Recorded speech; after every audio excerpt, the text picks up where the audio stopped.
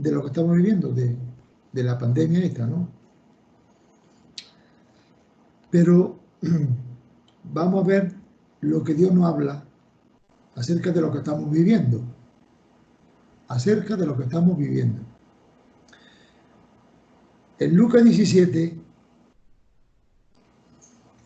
20, irlo apuntando para que luego, o lo vamos leyendo directamente, pero para que te lo tengáis y luego repasarlo y meditarlo, porque es bueno repasarlo y meditarlo.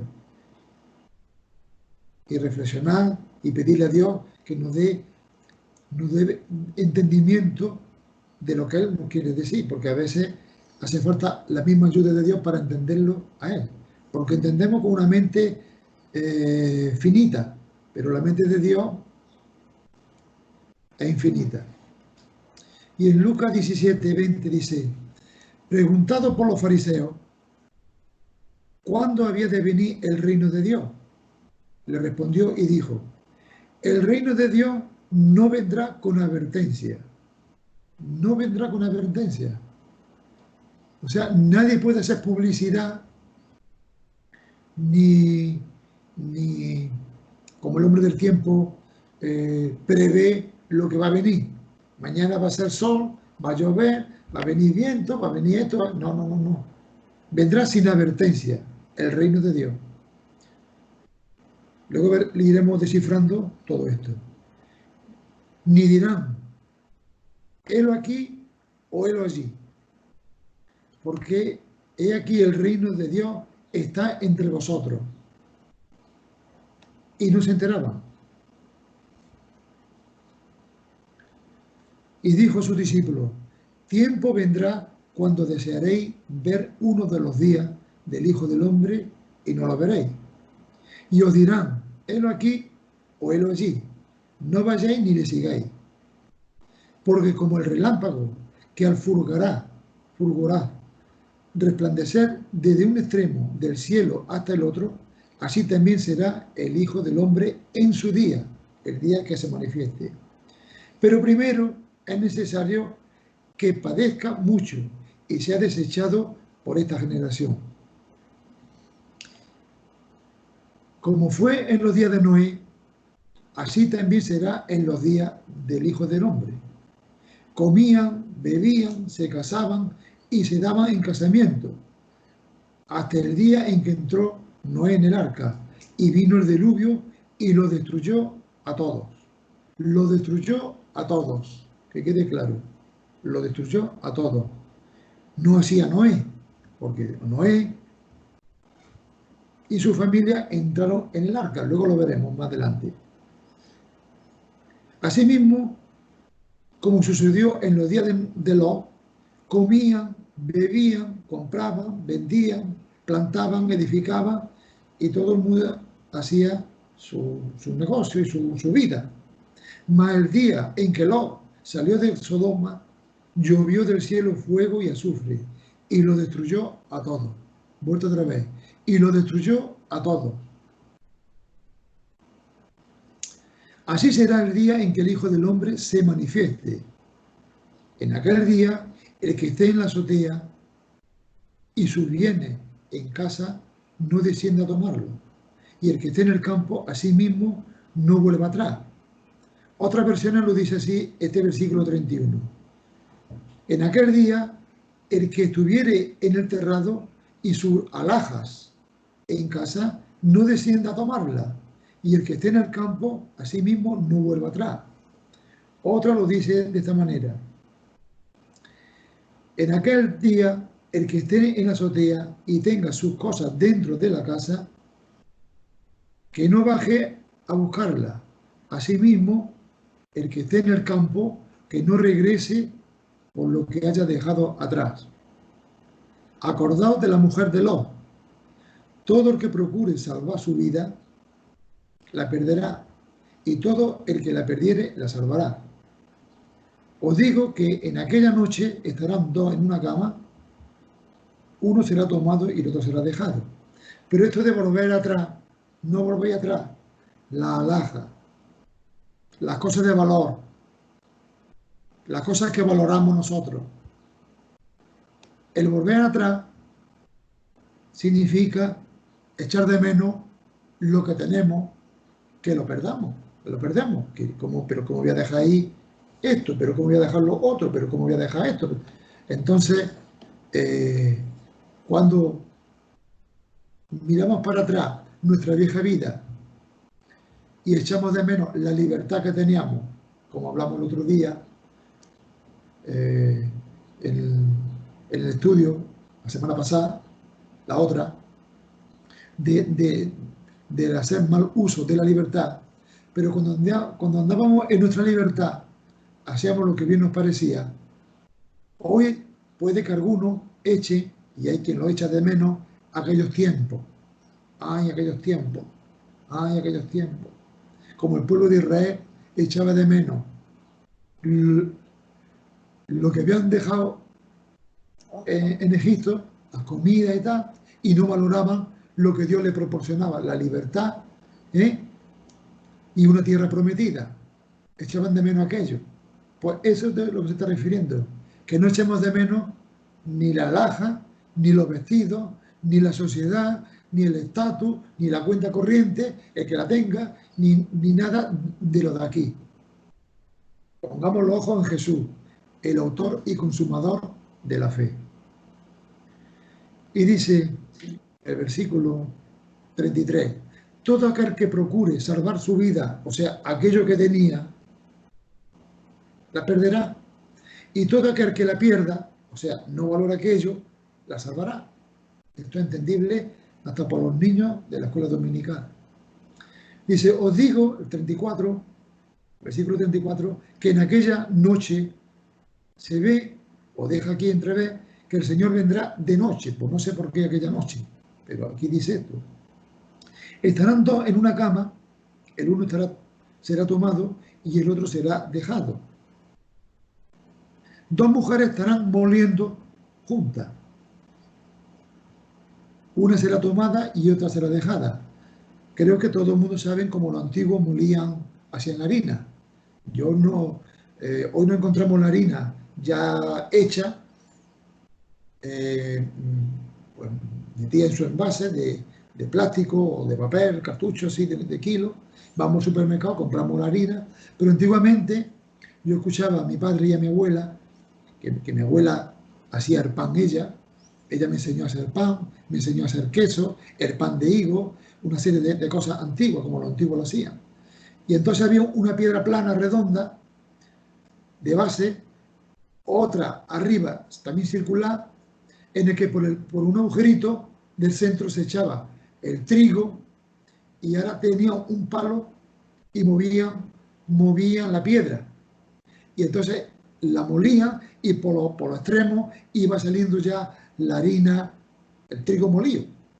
Y de ahí, bueno, ya decían el pan. Pues dos mujeres estarán moliendo juntas. La una será tomada y la otra dejada. Dos estarán en el campo. El uno será tomado y el otro será dejado. Y respondiendo le dijeron, ¿dónde, Señor? Él le dijo, donde estuviere el cuerpo, allí se juntarán también las águilas. Dicho de otra manera, los discípulos le preguntaron, Señor, ¿dónde ocurrirá esto? Y Jesús le respondió, todos saben bien que allí donde se juntan los buitres, allí hay un cuerpo muerto. Así será cuando yo venga. Todos lo sabrán con seguridad, porque todos lo verán. Igual que se ven las águilas, allí hay un cuerpo muerto.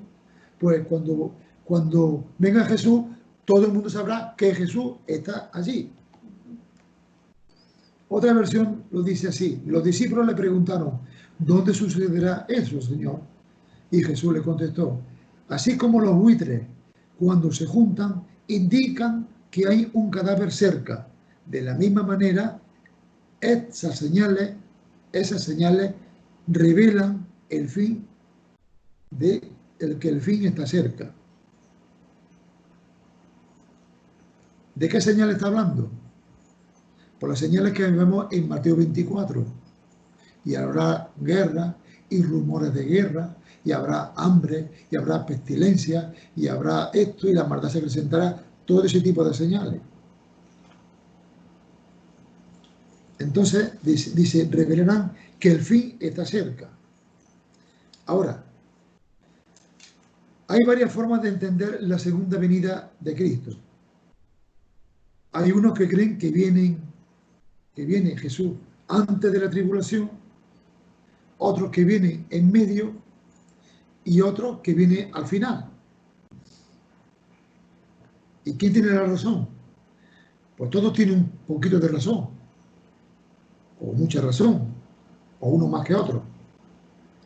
Pero o viene antes, o viene en medio, o viene al final.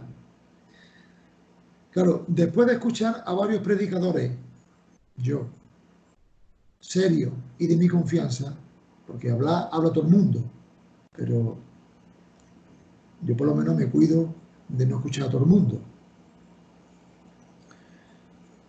Pero después de escuchar sus predicaciones y estudiar los textos sobre este tema, que cada uno de ellos comparten, aplican o manejan, hay un planteamiento que sobresale de los otros. Y es el que yo voy, bueno, realmente lo creo y vamos a ver por qué este está por encima de los demás.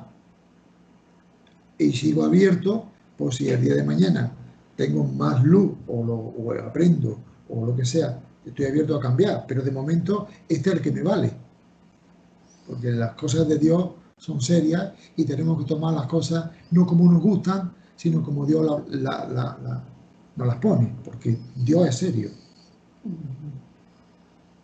En 1 Corintios 15, 51 y 52, apuntarlo y seguimos leyendo. Dice el 51, he aquí os digo un misterio, un misterio. No todos dormiremos, pero todos seremos transformados. No todos dormiremos, pero todos seremos transformados.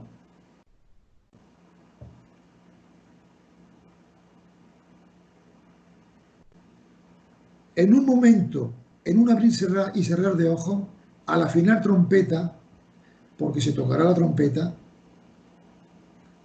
de la que la hermana Fabiola habló hace 2 o 3 semanas, que tiene que ver con las fiestas, ¿no? Pues al afinar trompeta, porque se tocará trompeta, los muertos serán resucitados incorruptibles y nosotros seremos transformados. Los muertos serán resucitados incorruptibles y nosotros seremos transformados. Esto es lo que la Biblia le llama el rapto o arrebatamiento. Vamos a verlo. La palabra dormir en el Nuevo Testamento equivale a morir, pero a morir solo físicamente, porque si estamos hechos a la imagen de Dios, estamos hechos eternos, ¿verdad? Y claro, cuando morimos, pues sabemos que el espíritu y el alma sale de nosotros. Bueno, y allí queda el muerto, la carne muerta. Esto. Ahí lo entierran, lo queman o lo que hagan con él. Pero el espíritu sigue vivo. Y claro, vamos a ver ahora dónde van el espíritu del creyente y el espíritu de un no creyente, un ateo, o uno que se malea, uno que no acepta a Cristo, o es rebelde a Cristo. Tal. Pues vamos a verlo esto, porque en Mateo 25, para traer luz sobre el tema este, Dios aparta los unos de los otros. Claro, cuando morimos, vamos uno a un sitio y otro a otro. Y dice, el versículo 32 de Mateo 25, sí. Y serán reunidas delante de él todas las naciones, y apartará los unos de los otros, como aparta el pastor la oveja de los cabritos. Y pondrá a la oveja a la derecha y los cabritos a su izquierda. Claro, cuando Pablo dice no todos dormiremos, está hablando de no todos moriremos, como vamos a ver más adelante. En el Antiguo Testamento no existía la palabra revelación o la palabra misterio. Misterio significa algo que no se sabe, algo que no se ha enseñado, algo que está oculto, algo que todavía nadie lo sabe, es misterio. En el momento que se le da publicidad y se enseña y sale a la luz, pues ya no es misterio, ya es algo conocido. Pero Pablo recibe esta revelación y lo dice así.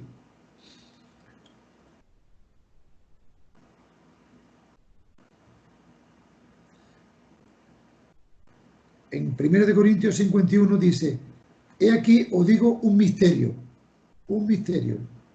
No dice revelación, pero es lo mismo. Un misterio porque para él fue revelado, pero para los demás era un misterio. Y claro, eso nunca había sido revelado.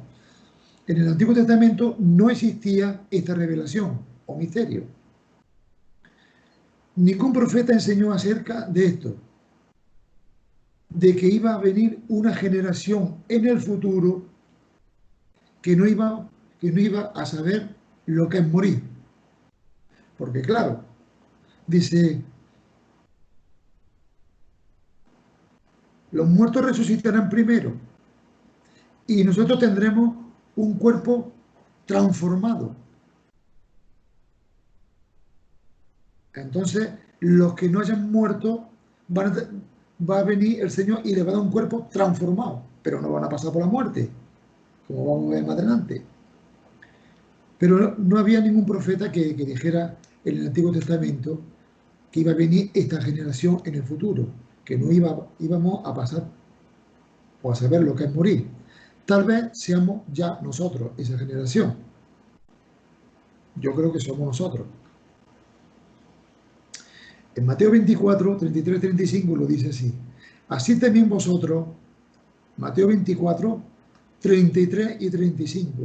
Así también vosotros, cuando veis todas estas señales de Mateo 24, conocéis que está cerca a la puerta. Otra versión nos dice, de la misma manera, cuando veáis estas cosas, que estas cosas empiezan a suceder, sepan que mi regreso está cerca, a la puerta. Versículo 34 dice, de cierto os digo que no pasará esta generación hasta que todo esto acontezca. El cielo y la tierra pasarán, pero mis palabras no pasarán. Claro, esto fue escrito hace ya 2000 y pico de años. Cuando todavía lo que estamos viviendo hoy día todavía no había pasado.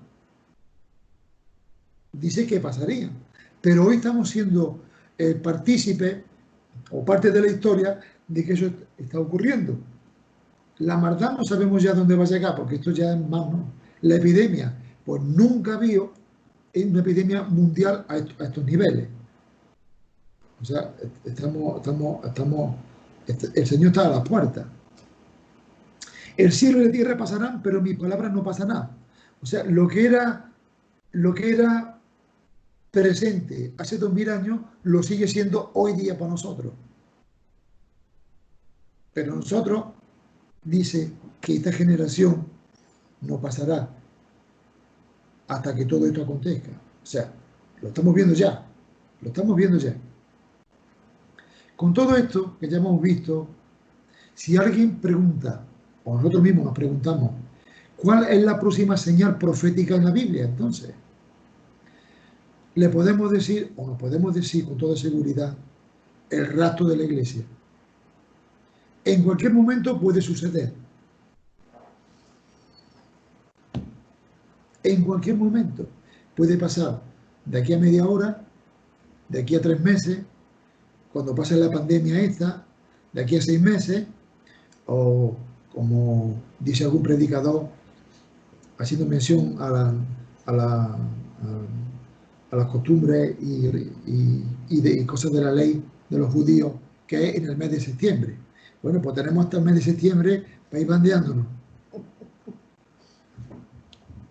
Si fuera así. Luego, después de esto, del rapto, vendrá la reconstrucción del templo, la unión de las 10 naciones entre Medio Oriente y Europa, el anticristo surgiendo y haciendo un tratado entre árabes, judíos y palestinos, levantando o subiendo la economía a unos niveles como nunca antes, el Armagedón y todo este tipo de cosas. Todas estas profecías se cumplirán después del arrebatamiento de la iglesia. Puede que veamos algunos acontecimientos de estos o puede que no, pero cuando esto empiece a suceder, en el caso de que veamos algo, la iglesia se va para arriba.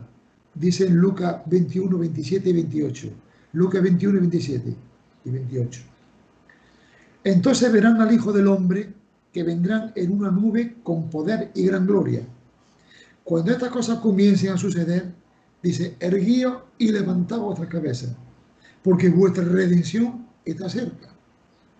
Ya la estamos viendo, la estamos viviendo, mejor dicho.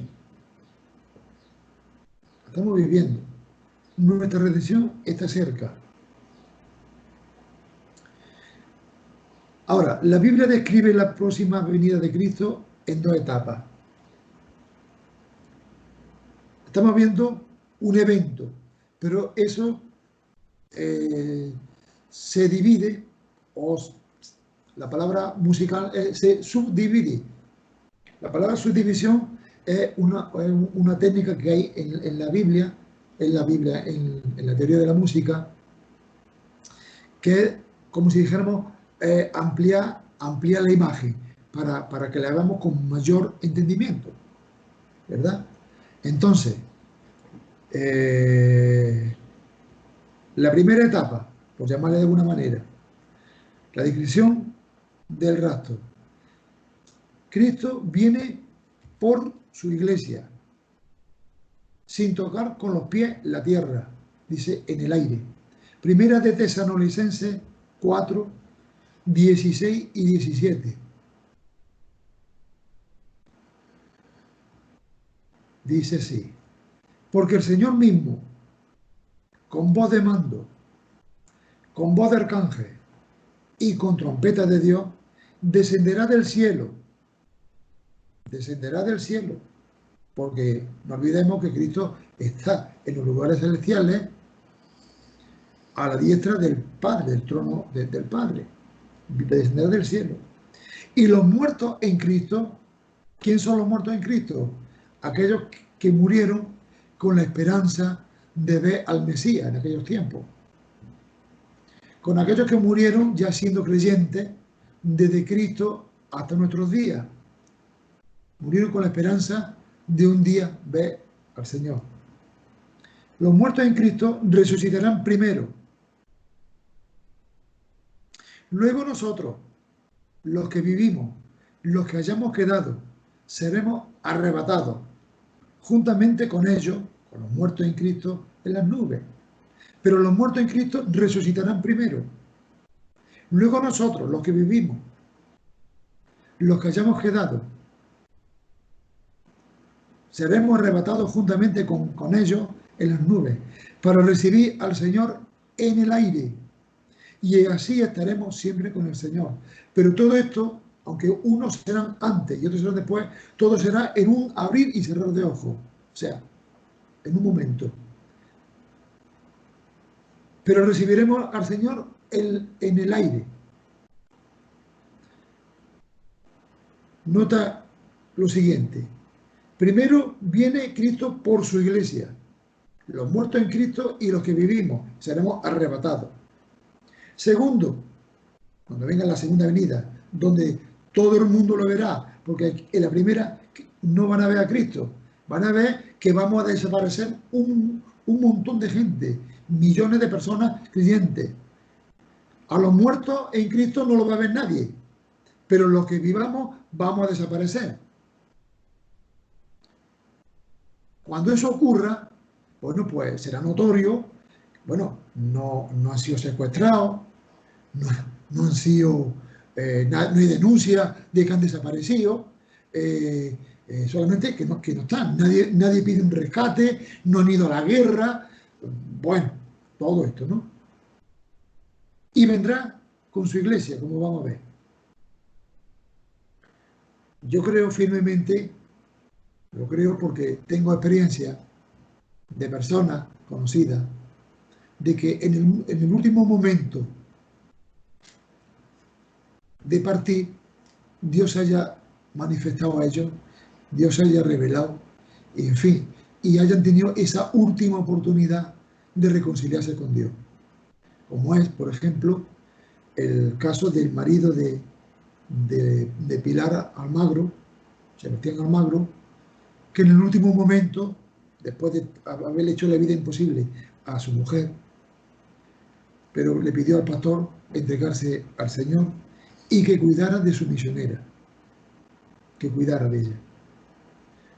Y se entregó. Otro caso es mi suegro. En el último momento también se entregó al Señor, con todo el currículum que tenía mi suegro. Bueno, no era un currículum, aquello era un dossier.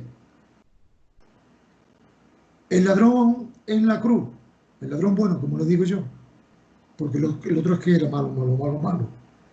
Pero el ladrón, Señor, acuérdate de mí cuando esté en el paraíso. Ese se arrepintió en aquel momento. Ese fue, y el Señor le dije, de cierto te digo, que hoy estarás conmigo en el paraíso. Otro que se salvó a última hora.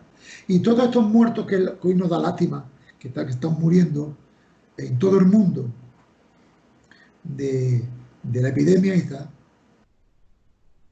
a mí no me cabe ninguna duda de que Dios, que es altamente, sumamente misericordioso, a cada uno de ellos en esos últimos momentos le haya socorrido y se hayan ido todos para arriba y sean de ese tipo de muertos en Cristo. Muertos en Cristo, los muertos en Cristo. Que nos da lástima, pero son los medios que Dios utiliza. Pues cuando venga la segunda venida, o el arrebatamiento, pero hablando del arrebatamiento, pues muchos desapareceremos de aquí, si viniera antes que nos moramos, ¿verdad? Pero de una forma o de otra, tengo también el testimonio del hermano de Huelva, Manuel, que hace año y medio por ahí se fue, y fue un testimonio glorioso de que, bueno, él tenía cáncer y tal, vino aquí a Sevilla, fuimos a verlo, estuve orando por él, vino a la casa, vino a venir a la iglesia bastantes veces y al final, bueno, pues se fue. Pero ya que estaba en el hospital, empezó a darle consejos a la familia, a los hijos que andaban más para allá que para acá, gente joven, la mujer, mi hermana querida, Paqui Romero. Y resulta de que empezó a decirle, mira, ya vienen los ángeles por mí, mira, ahí hay uno, ahí hay otro, ahí hay otro,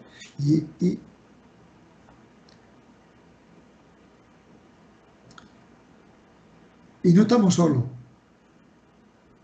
Dios manda a sus ángeles, que nos vayamos pasando por la muerte, que la vemos tan negra, tan fea, como nos la pintan, la muerte, ahí, el ataúd, el crematorio, el tanatorio, todo el mundo ahí, pero el pasar de una forma de vivir en este mundo a pasar de la otra forma a vivir en la presencia de Dios es glorioso de una forma o de otra. Porque tanto los muertos en Cristo como nosotros los que hayamos vivido seremos transformados. Y así dice, y recibiremos al Señor en las nubes.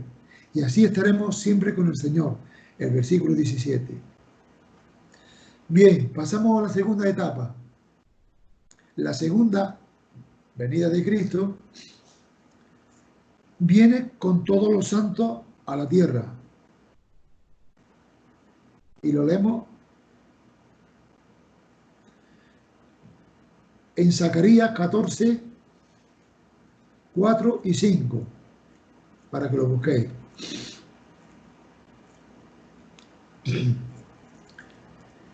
El versículo 4 dice, y se firmarán sus pies en aquel día sobre el monte de los olivos,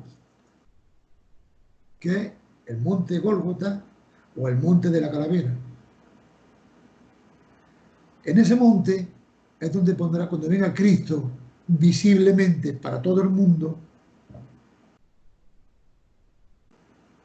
fue el monte donde lo crucificaron.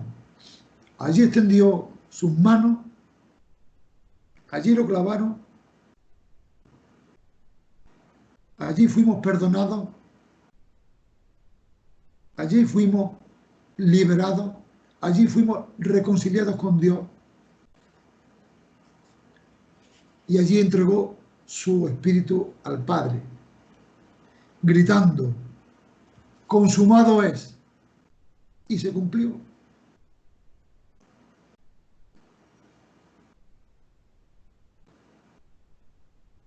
En ese monte donde murió, allí vendrá, pondrá los pies. Este monte que está enfrente de Jerusalén al oriente, dice el versículo 4, el monte del olivo se partirá por medio, se partirá el monte por medio, del oriente al occidente, y haciendo un valle muy grande, y la mitad del monte se partirá hacia el norte y la otra mitad hacia el sur, haciendo una cruz. Pero eso tiene que pegar la tierra un crujido, porque eso no es cortar así como el que corta ahí el queso o la tarta. No. Eso, igual que cuando murió hubo un gran terremoto, eso tiene que ser, bueno, glorioso. Eso tiene que ser, la gloria vendrá con todo su esplendor, con toda su gloria. Eso es para tener, bueno, no sé si lo televisarán o no, pero no lo vamos a ver televisado, porque el día que eso venga, vendremos con él, como dice la Biblia. Más adelante lo vamos a decir. Y el versículo 5 dice, y huiréis del valle de los montes, porque eso tendrá que traer un temor a todo el que vive allí, en Jerusalén, que no vea. Y huiréis al valle de los montes, porque el valle de los montes llegará hasta Asal. Huiréis de la manera que huisteis por causa del terremoto en los días de Usías, de Judá. Y vendrá Jehová, mi Dios, con él y con él todos los santos. ¿Quién es Jehová? ¿Quién es Jesús? No es el Jehová del Antiguo Testamento, no es el Yeshua. No dice en San Juan capítulo 10, versículo 10, yo y mi Padre uno somos. No es el mismo. Dice, y con él todos los santos. ¿Quién son los santos? Si leemos en el Apocalipsis capítulo 3, toda la iglesia, no le llama mi iglesia, le llama al ángel de la iglesia, pero a él le llama los santos. También Pablo, cuando escribe a la iglesia, le llama a los santos de Corinto, a los santos de Éfeso, a los santos, y somos santos. Y vendrá con él todos los santos. Mateo 24 lo describe así, 30 y 32. Mateo 24, 30 y 32. Entonces aparecerá la señal del Hijo del Hombre en el cielo. Aparecerá la señal. Ojo, habrá señal en la segunda venida, pero no habrá señal en el rapto o arrebatamiento. Vendrá como ladrón en la noche, sin avisar. Pero la segunda venida, y aquí lo podremos entender lo mejor que podamos. En la segunda venida hay muchas señales. ¿Para quién? Porque si nosotros hemos sido arrebatados en la primera etapa de la segunda venida, ahora estamos en la segunda etapa, para que lo entendamos.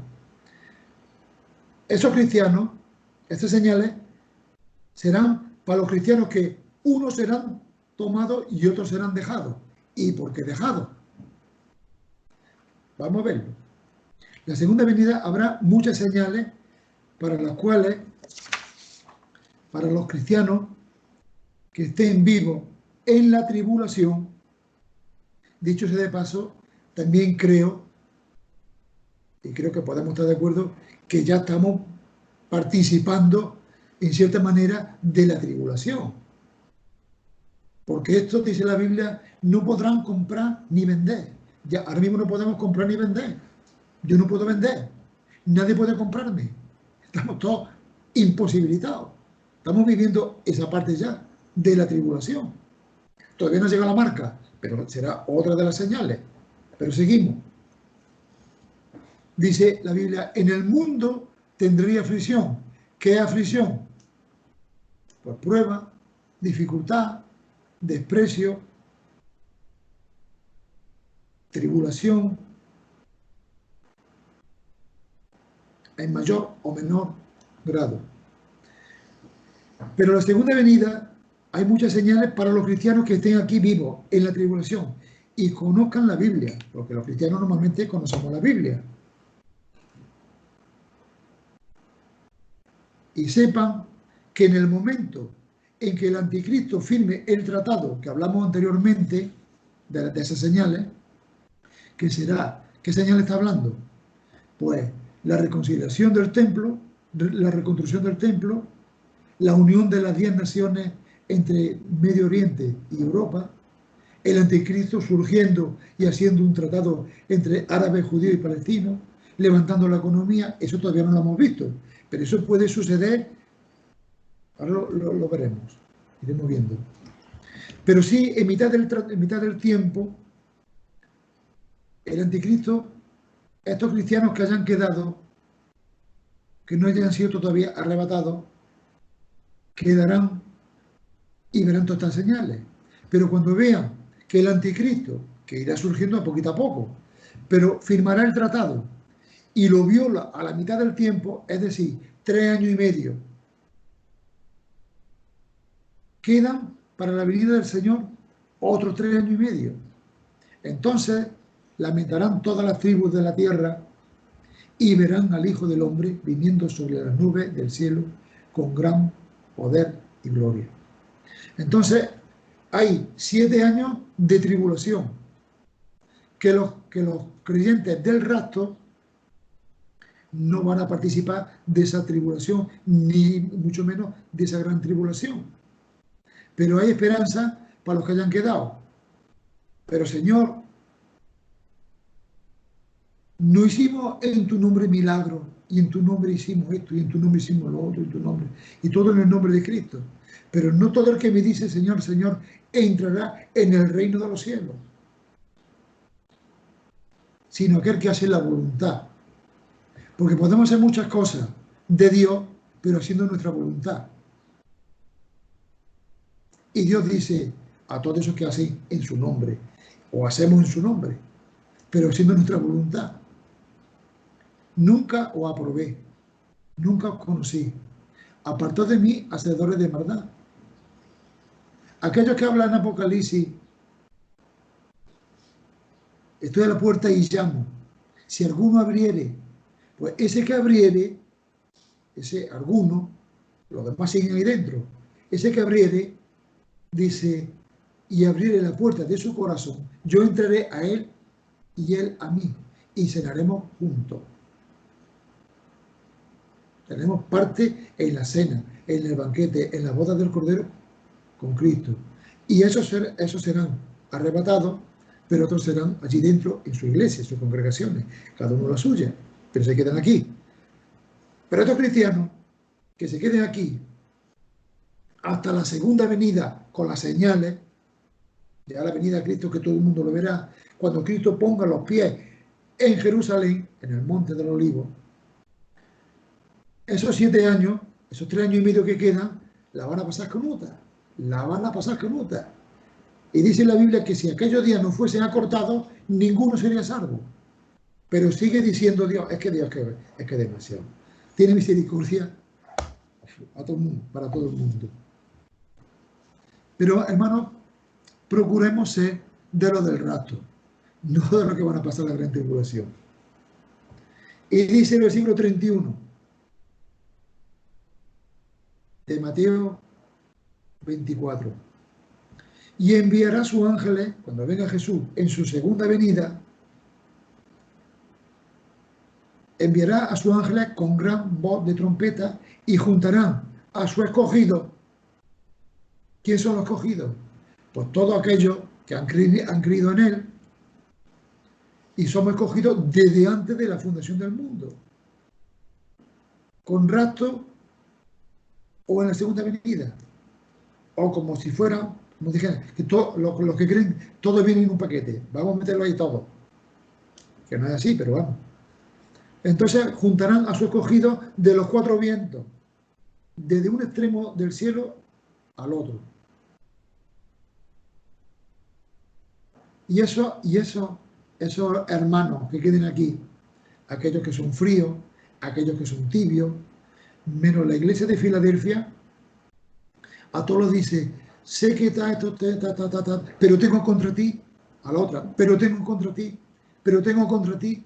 Hermanos, que Dios no vea en nosotros, ni tenga nada en contra de ninguno de nosotros. Y tengamos cuidado con nuestros dones, que no es garantía para presumir del regalo que Dios nos ha dado, que siempre los dones son para edificación de la iglesia, no es para ser más que los demás de la iglesia, ¿no? Estamos al servicio de la iglesia, y si se nos sube, o nos inflamos, o se nos suben los dones, los ministerios arriba, lo bien que predico, lo bien que soy, lo famoso que soy, lo bien que canto, lo bien que toco, todo lo bien que yo soy, es gracias a que Dios nos ha capacitado para que podamos edificar a los demás.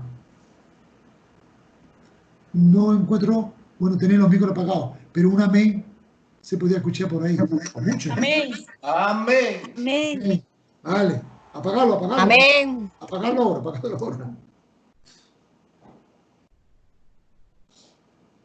Otro sitio donde podemos ver el énfasis o lo que sobresale sobre las otras partes de que el arrebatamiento es antes de la tribulación, es así. Primera Tesalonicenses 3, 13. Capítulo 3, versículo 13. Y dice así: para que sean afirmados vuestros corazones irreprensibles en santidad delante de Dios nuestro Padre, en la venida de nuestro Señor Jesucristo con todos los santos. Porque Cristo va a venir con todos los santos. Pero claro, para venir Cristo con nosotros, con los santos, tiene primeramente que haberlos rescatado. Tiene que haber venido antes a por ellos. O sea, la primera parte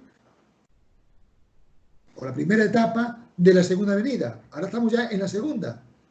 Pero afirma, para que sean afirmados nuestros corazones irreprensibles en santidad delante de Dios nuestro Padre, en la venida de nuestro Señor Jesucristo, con todos sus santos. Todos somos santos de Jesucristo. ¿Vale?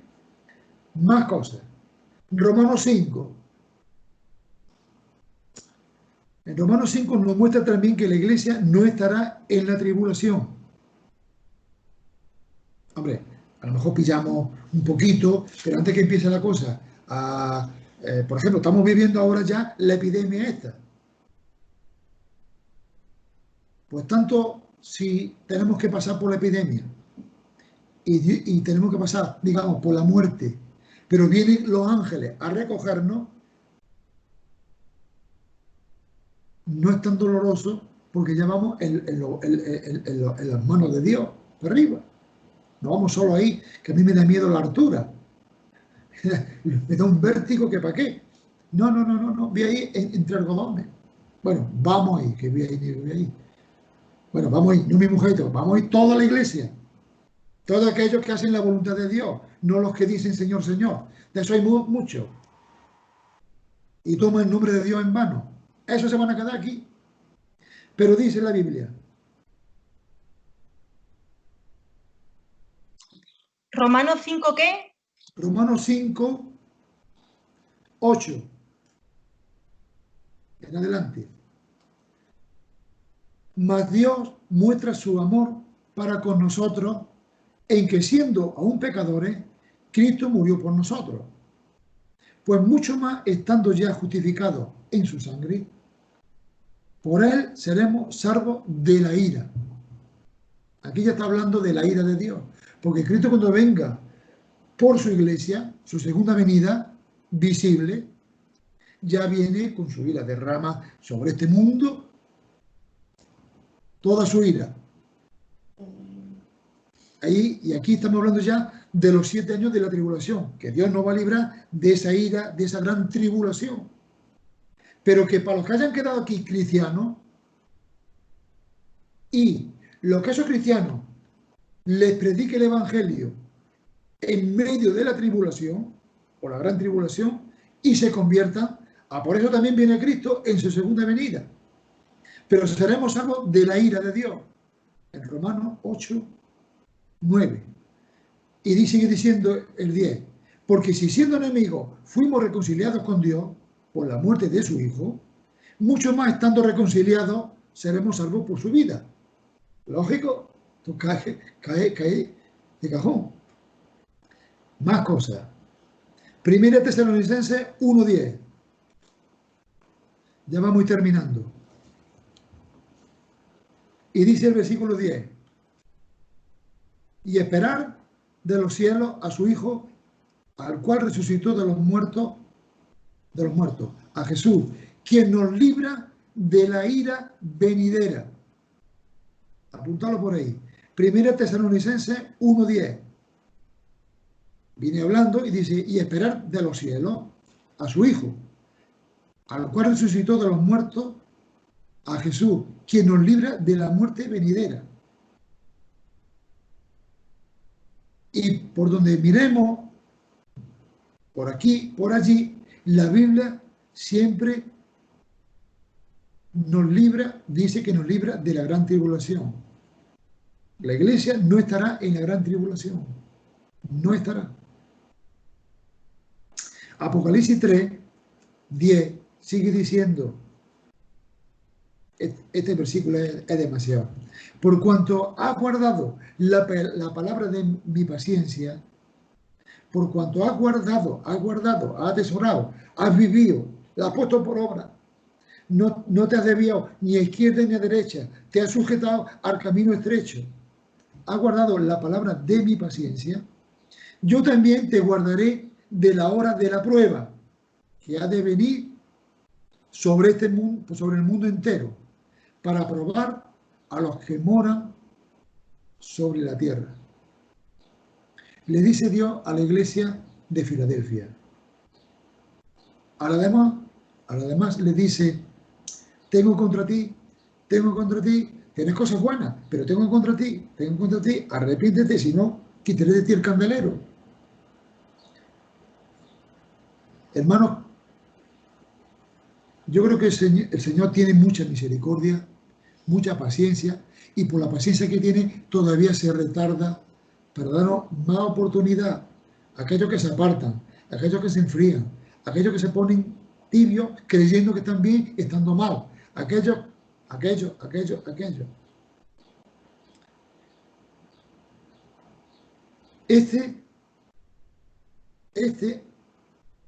Esto que estamos viviendo, el arrebatamiento, es el penúltimo lugar, o el penúltimo, como dije al principio, el penúltimo lugar y el patrón de Dios, antes de que venga su segunda venida. Pero va a venir, lo penúltimo es el arrebatamiento. Tenemos que estar preparados para que no nos quedemos aquí para la segunda etapa. Tenemos que irnos ya. Bueno, aquí no sé si hay alguien que le ate, puede que le haya. Puede que haya, y lo hay, quien tiene un pie en la iglesia y el resto del cuerpo en el mundo. Porque a mí me viene mucha información y oferta y tal. Y claro, el otro día recibí un vídeo de Daniel, hoy seguramente Ahora cuando termine lo voy a terminar de escuchar, ¿verdad? Y Daniel y estos ministerios de los que te estoy hablando, que son gente seria con Dios. No digo gente perfecta porque perfectos no somos ninguno, pero queremos hacer la voluntad de Dios y andar en sus caminos y hacer la voluntad suya, no la nuestra. Ni servirnos de la iglesia, ni hacer negocio con la iglesia, ni montar una empresa a costa de la iglesia. Es que esto no va así. Para que cuando venga el Señor, cuando quiera, en las nubes, hayamos sido ya arrebatados para irnos con Él y no tener que pasar por la gran tribulación. Bien, dejamos ya de momento que la ira de Dios viene sobre este mundo. Antes que llegue, Dios nos está advirtiendo. Llevamos ya año, no sé cuánto ya, estamos mucho tiempo con advertencias de parte de Dios, palabras muy serias. Y no la diga uno o la diga el otro. Es que es la Biblia, Dios hablándonos. Cuando empezamos, es que el pastor ha dicho, es que el pastor ha dicho, es que esto... Hay un desprecio a los pastores. Bueno, habrá quien lo haga, pero tratamos de andar, de servir a Dios y servir a la iglesia.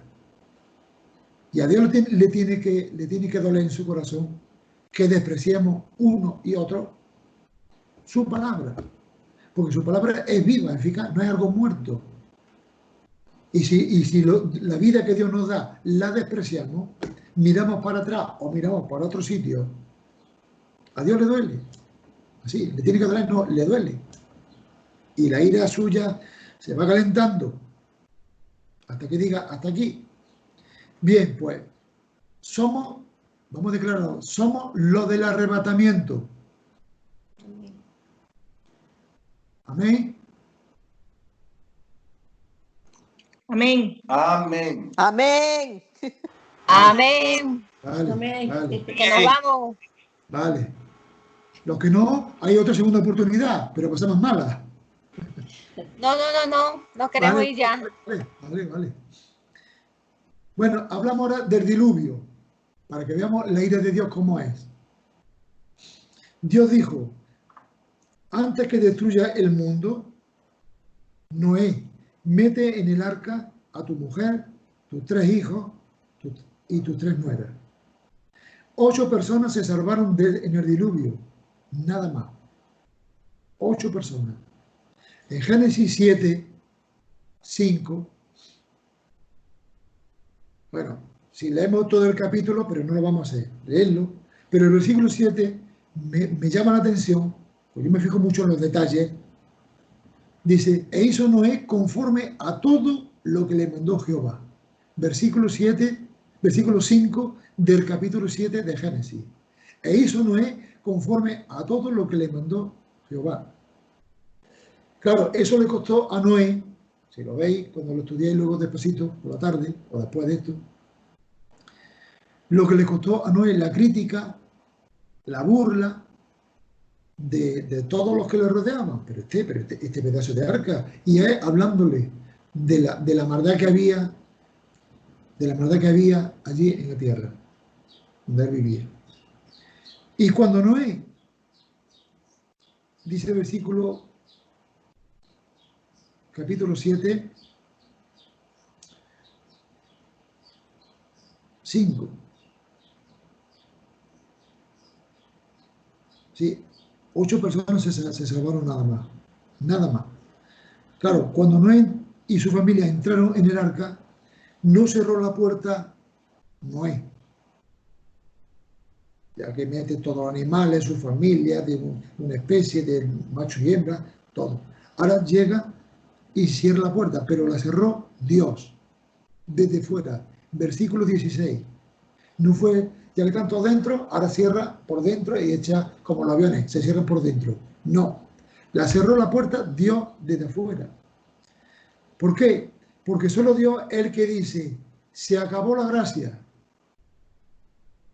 se acabó la misericordia, viene ahora el juicio sobre tu vida, sobre la vida de aquellos que no le echaron cuenta al testimonio de Noé. ¿Vale? No le echaron cuenta, se apartaron, siguieron en su vida.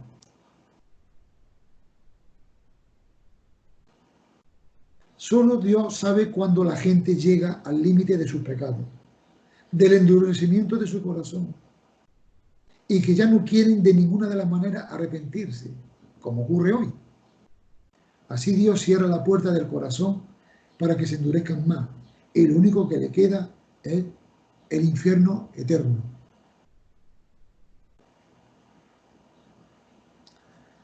Sodoma y Gomorra. Lot, su mujer y sus 2 hijos son avisados. Voy a destruir Sodoma y Gomorra.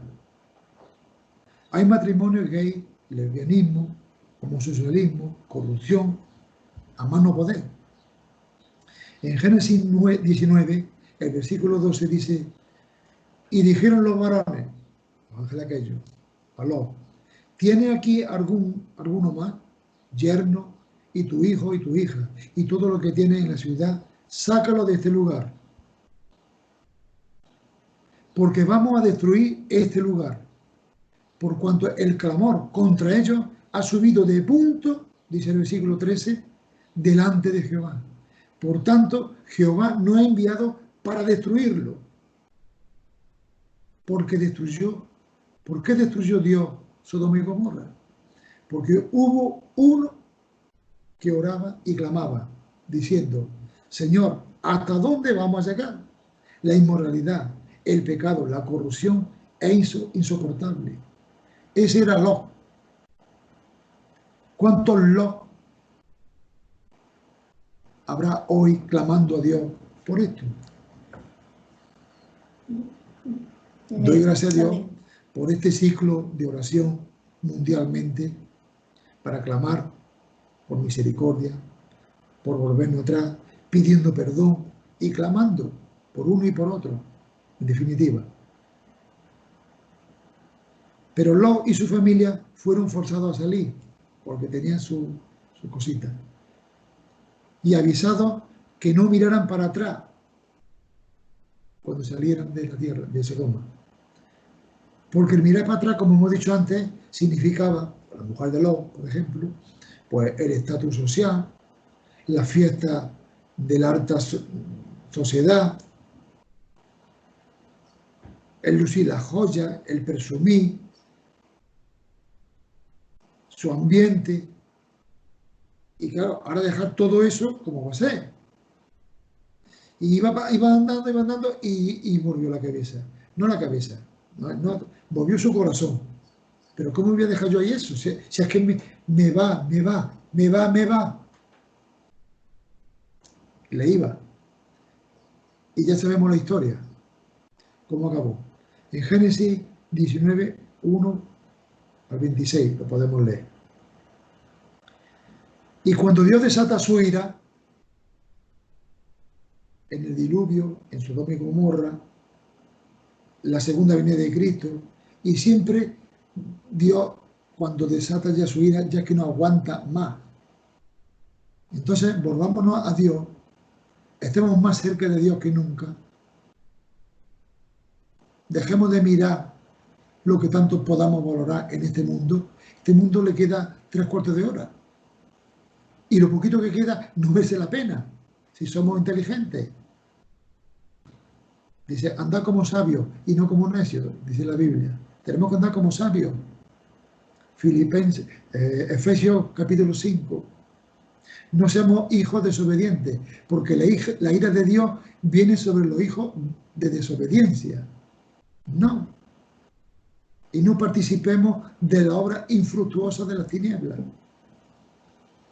Y Dios quiere en este día que oremos, que clamemos a Él y hagamos, digamos, un pacto nuevo o renovemos el pacto para consagrarnos al Dios vivo y dejemos las obras muertas de la carne. Vamos a orar y seguimos adelante. Padre, te alabamos en este día, Señor, y damos gracias por tu luz, por tu palabra que nos alumbra a nuestros pies, alumbrando cómo estamos, Señor, y dónde estamos, si es que estamos. Y también alumbremos nuestro camino. ¿Qué camino escogemos? ¿O vamos a coger? ¿O en qué camino estamos? ¿El camino ancho que va a la perdición? ¿O el camino estrecho y angosto? Y pocos son los que van por él, que va a la salvación. Padre, ayúdanos a escoger el camino estrecho y ser de ese remanente fiel que tú estás buscando, Señor. No solamente para salvarnos del infierno, sino solamente para agradarte a ti, Señor, y obedecerte, porque tú te mereces la obediencia. Tú te mereces, Señor, que te agrademos, Señor, porque tuya es la gloria, Señor, por encima de la nuestra. Tuyo el poder, tuya la alabanza, Señor.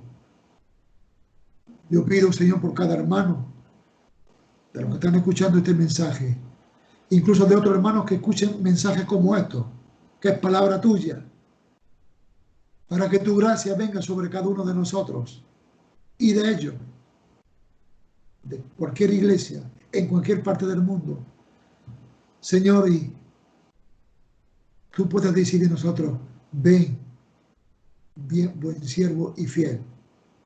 Sobre poco me has sido fiel, sobre mucho te pondré.